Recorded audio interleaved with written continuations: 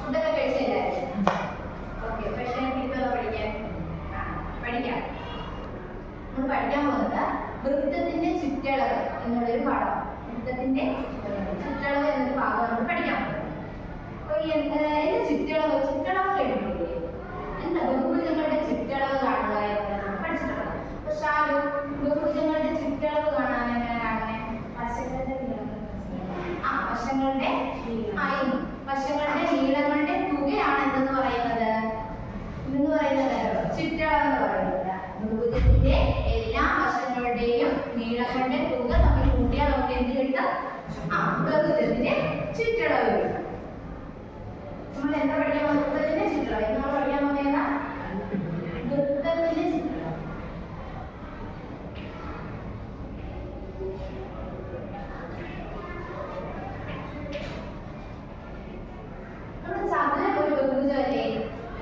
ചതുരം എന്താണ്?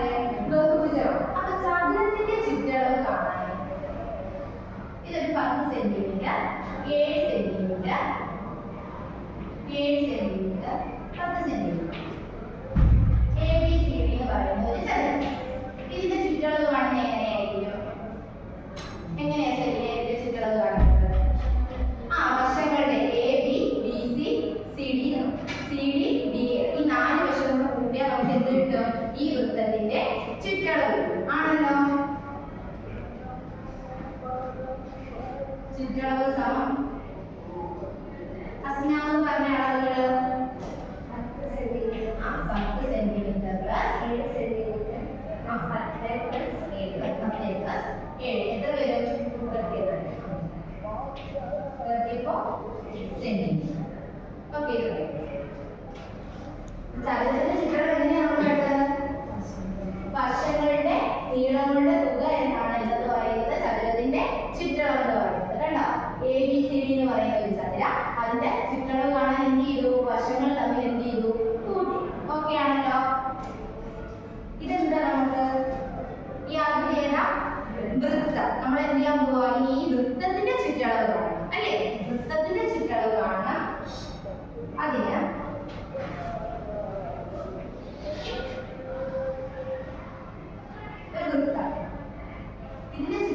ഇതെന്താണ്? വൃത്തത്തിന്റെ ആരം, റേഡിയസ് R ആണ്.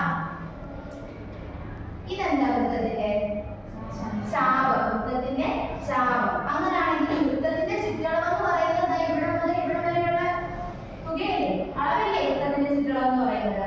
അങ്ങനെയാണെങ്കിൽ ഇതേപോലെ വരുന്ന ചാപങ്ങളുടെ തുക തമ്മിൽ കൂട്ടിയാൽ പോലെ വൃത്തത്തിന്റെ ചുറ്റളവ് കാണാൻ.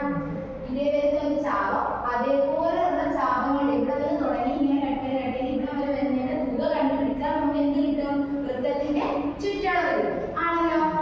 മനസ്സിലായോ? ഇത് കാണാൻ സൂത്രവാക്യം പഠിക്കാം. വൃത്തത്തിന്റെ ആരം 6 ആണെങ്കിൽ അതിന്റെ 2π മടങ്ങാണ് എന്തെന്ന് പറയുന്നത്? വൃത്തത്തിന്റെ ചുറ്റളവ് എന്ന് പറയുന്നത്. ആരമുള്ള ഒരു വൃത്തത്തിന്റെ ചുറ്റളവ് കാണാൻ അതിന്റെ എന്ത് ചെയ്താൽ മതി? 2π മടങ്ങ് കണ്ടാൽ. മനസ്സിലായോ? വൃത്തത്തിന്റെ ചുറ്റളവ് എന്ന് പറയുന്നത് എങ്ങനെയാ? വൃത്തത്തിന്റെ ആരത്തിന്റെ 2π മടങ്ങാണ് എന്തെന്ന് പറയുന്നത്? വൃത്ത ചുറ്റളവ് എന്ന് പറയുന്നത്. ക്ലിയർ ആയോ?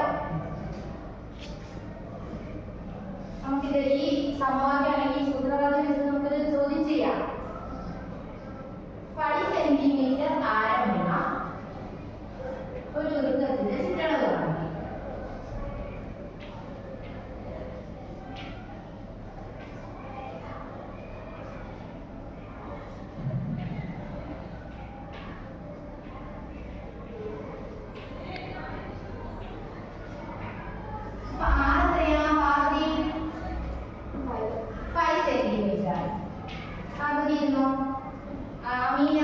വൃത്തത്തിന്റെ ചുറ്റളവ് കാണാനുള്ള സൂത്രവാക്യം എന്താ? 2π ആണ്. 2π എഴുതിയിരുന്നു. വൃത്തത്തിന്റെ ചുറ്റളവ് സമം 2π. 2π into 5 centimeter is equal to 10π centimeter. കണ്ടോ? മനസ്സിലായോ എല്ലാവർക്കും?